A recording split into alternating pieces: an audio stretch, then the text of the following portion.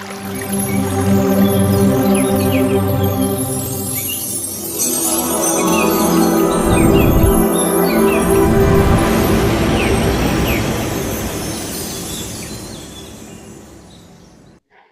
ಆತ್ಮ ಬಂಧುಗಳಿಗೂ ನಮಸ್ಕಾರ. ಹಾಗೆ ಎಲ್ಲ ಗುರು ವೃಂದದವರಿಗೂ ಕೂಡ ನಮಸ್ಕಾರಗಳು. ಇವತ್ತು ನಾನು ಒಂದು ಚಿಕ್ಕದಾಗಿ ಒಂದು ಮನೆ ಮದ್ದು ಹೇಳ್ತಿದ್ದೀನಿ. ಶೀತ, ನೆಗಡಿ, ಕೆಮ್ಮು ಆಗಿರುತ್ತೆ, ಅದು ಸಹಜ. ಅದಾದಾಗ ನಮ್ಗೆ ತಲೆಭಾರ ಆಗೋದು, ಗಂಟ್ಲು ಕಟ್ಟೋದು, ಮೂಗಲ್ಲಿ ಮೂಗು ಉಸಿರಾಡಕ್ ಪ್ರಾಬ್ಲಮ್ ಆಗೋದು, ಎದೆಯಲ್ಲಿ ಕಫ ಕಟ್ಟಂಗ್ ಆಗೋದು ಆಗ್ತಾ ಇರುತ್ತೆ.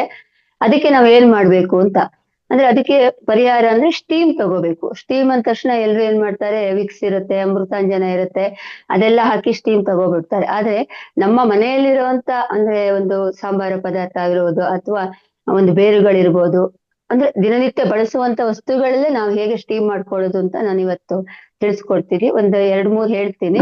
ಯಾರಿಗೆ ಯಾವ್ದು ಅನುಕೂಲ ಆಗತ್ತ ಅದನ್ನ ಮಾಡ್ಕೊಳ್ಳಿ. ಹೇಗೆ ಅಂದ್ರೆ, ಮೊದಲನೇದಾಗಿ ಬಿಸಿ ನೀರಿನ ಹಬೆ ತಗೊಳ್ಳೋದು. ಬಿಸಿ ನೀರಿನ ಹಬೆ ಅಂದ್ರೆ ಎಷ್ಟು ನಮ್ಗೆ ಎಷ್ಟು ಸಾಧ್ಯವಾಗುತ್ತೋ ಅಷ್ಟು ಬಿಸಿ ನೀರನ್ನು ಕಾಯಿಸ್ಕೊಳ್ಳೋದು. ಅದನ್ನ ಒಂದು ಪಾತ್ರೆಯಲ್ಲಿ ಕಾಯಿಸಿಟ್ಕೊಳ್ಳೋದು. ಫುಲ್ ನಾವೊಂದು ಬೆಡ್ಶೀಟ್ ತಗೊಂಡು ಫುಲ್ ಕವರ್ ಮಾಡ್ಕೊಳ್ಳೋದು. ಅಂದ್ರೆ ತಲೆಯನ್ನ ಫುಲ್ ಕವರ್ ಮಾಡ್ಕೊಂಡು, ಆ ಬಿಸಿ ಹಬೆ ಇರುತ್ತಲ್ಲ ಅದು ಎಲ್ಲೂ ಹೊರಗಡೆ ಹೋಗ್ಬಾರ್ದು. ನಮ್ ಫೇಸು ಮತ್ತೆ ಮೂಗು, ಗಂಟ್ಲು, ಇಡೀ ನಮ್ಮ ಏನು ಫೇಸ್ ಇರುತ್ತೆ ಅದಕ್ಕೆ ಕವರ್ ಆಗ್ಬೇಕು. ಆಗ ಏನಾಗುತ್ತೆ, ನಮ್ಗೆ ಏನ್ ಶೀತ ಆಗಿರುತ್ತೆ ಅದು ಅಂದ್ರೆ ಶೀತ ಆಗಿ ಸೋಂಕಾಗಿ ವೈರಸ್ ಎಲ್ಲ ಗಟ್ಟಿ ಆಗ್ಬಿಟ್ಟಿರುತ್ತೆ ಮೂಗಲ್ಲಿ, ಅದು ನೀರಾಗಿ ಹೊರಗಡೆ ಹೋಗುತ್ತೆ. ಅದು ಒಂದು ಸಿಂಪಲ್ ಆಗಿರೋದು, ಎಲ್ಲರೂ ಮಾಡ್ಕೊಳ್ಳೋ ಅಂತದ್ದು. ಅದೇ ರೀತಿ ಅರಿಶಿಣದ ಕೊಂಬು ಇರುತ್ತೆ. ಅಂದ್ರೆ ಮಾರ್ಕೆಟ್ ಅಲ್ಲಿ ಸಿಗುತ್ತೆ ಶುದ್ಧವಾದ ಅರಿಶಿಣದ ಕೊಂಬು, ಅಂದ್ರೆ ಹಸಿ ಇರುವಂತದ್ದು, ಒಣಗಿರೋದಲ್ಲ. ಅದನ್ನ ತಂದು ಒಲೆ ಮೇಲೆ ಸುಡ್ಬೇಕು. ಚೆನ್ನಾಗಿ ಸುಟ್ಟಾಗ ಅದು ಸ್ವಲ್ಪ ಕಪ್ಪಾಗಿ ಹೊಗೆ ಬರುತ್ತೆ.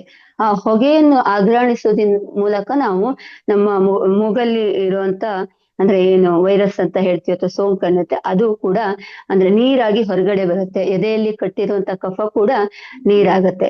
ಅದು ಒಂದು ಅದ್ಭುತ, ಒಂದು ಅಲರ್ಜಿಯಿಂದ ಆಗಿರುತ್ತಲ್ಲ ಆ ಒಂದು ಥಂಡಿ ಮತ್ತೆ ಶೀತಕ್ಕೆ ತುಂಬಾ ಅದ್ಭುತವಾಗಿ ಕೆಲಸ ಮಾಡುತ್ತೆ. ಅದನ್ನು ಆಗಿಲ್ಲ, ನಾನು ಇನ್ನೇನ್ ಮಾಡ್ಕೊಳ್ಳೋದು ಅಂತ ಇದ್ದಾಗ, ಎಲ್ಲರ ಮನೆಯಲ್ಲೂ ತುಳಸಿ ಇರುತ್ತೆ. ಒಂದು ಪಾತ್ರೆಯನ್ನು ಇಟ್ಕೊಳ್ಳೋದು, ಒಲೆ ಮೇಲೆ ಚೆನ್ನಾಗಿ ನೀರನ್ನು ಬಿಸಿ ಮಾಡ್ಕೊಳ್ಳೋದು, ಅದಕ್ಕೆ ತುಳಸಿ ಹಾಕೋದು, ಅರಿಶಿಣ, ಸ್ವಲ್ಪ ಚಿಟಿಕೆ ಅರಿಶಿಣ, ಆಮೇಲೆ ಧನಿಯಾ ಕಾಳು ಹಾಕೋದು. ಅದೇ ರೀತಿ ಲವಂಗ ಹಾಕ್ಬೇಕು. ಮೇನ್ ಅಂದ್ರೆ ಲವಂಗ.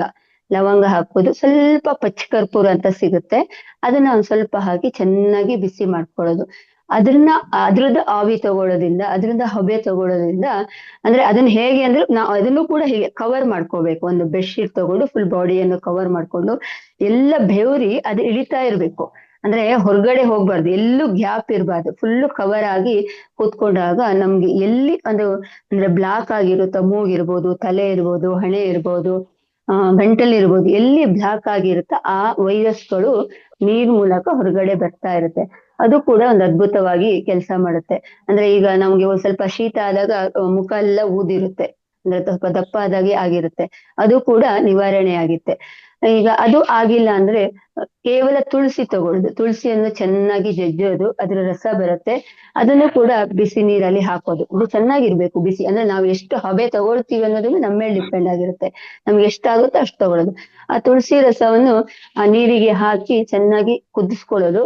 ಅದ್ರದ್ದು ಹಬೆ ತಗೊಳ್ಳೋದ್ರ ಮೂಲಕ ಕೂಡ ನಾವು ನಮ್ಮ ಥಂಡಿಯನ್ನು ಕಡಿಮೆ ಮಾಡ್ಕೊಳ್ಬಹುದು. ಅಂದ್ರೆ ಕಟ್ಟಿರುವಂತ ಕಫಗಳು, ಆಮೇಲೆ ಒಂದು ತಲೆನೋವು ಬರ್ತಾ ಇರುತ್ತೆ, ತಲೆಯಲ್ಲಿ ಬ್ಲಾಕ್ ಆಗಿರುತ್ತೆ ಕಫ ಅದು, ಆಮೇಲೆ ಸ್ವಲ್ಪ ಮುಖ ಊದ್ಕೊಂಡಿರುತ್ತೆ, ಆಮೇಲೆ ಗಂಟ್ಲು ಕಿರಿಕಿರಿ ಅನ್ಸುತ್ತೆ, ಅದನ್ನೆಲ್ಲ ಕೂಡ ಈ ಹಬೆ ತಗೊಳ್ಳೋದ್ರ ಮೂಲಕ, ಸ್ಟೀಮ್ ತಗೊಳ್ಳೋದ್ರ ಮೂಲಕ ಆ ಸೋಂಕುವನ್ನು ಗುಣ ಮಾಡ್ಕೊಳ್ಬಹುದು ಅಂತ ಹೇಳಲಿಕ್ಕೆ ಇಷ್ಟಪಡ್ತೀನಿ. Thank you, thank you, thank you. ಅವಕಾಶ ಕೊಟ್ಟಿದಂತ ಮಹಾವತಾರ್ ಫೌಂಡೇಶನ್ ಹಾಗೂ ರಂಗನಾಥ್ ಸರ್ ಅವರಿಗೂ ಕೂಡ ಅನಂತ ಅನಂತ ಧನ್ಯವಾದಗಳು, ಹಾಗೂ ನಾಗರಾಜ್ ಗುರುಗಳಿಗೂ ಕೂಡ ಧನ್ಯವಾದಗಳು.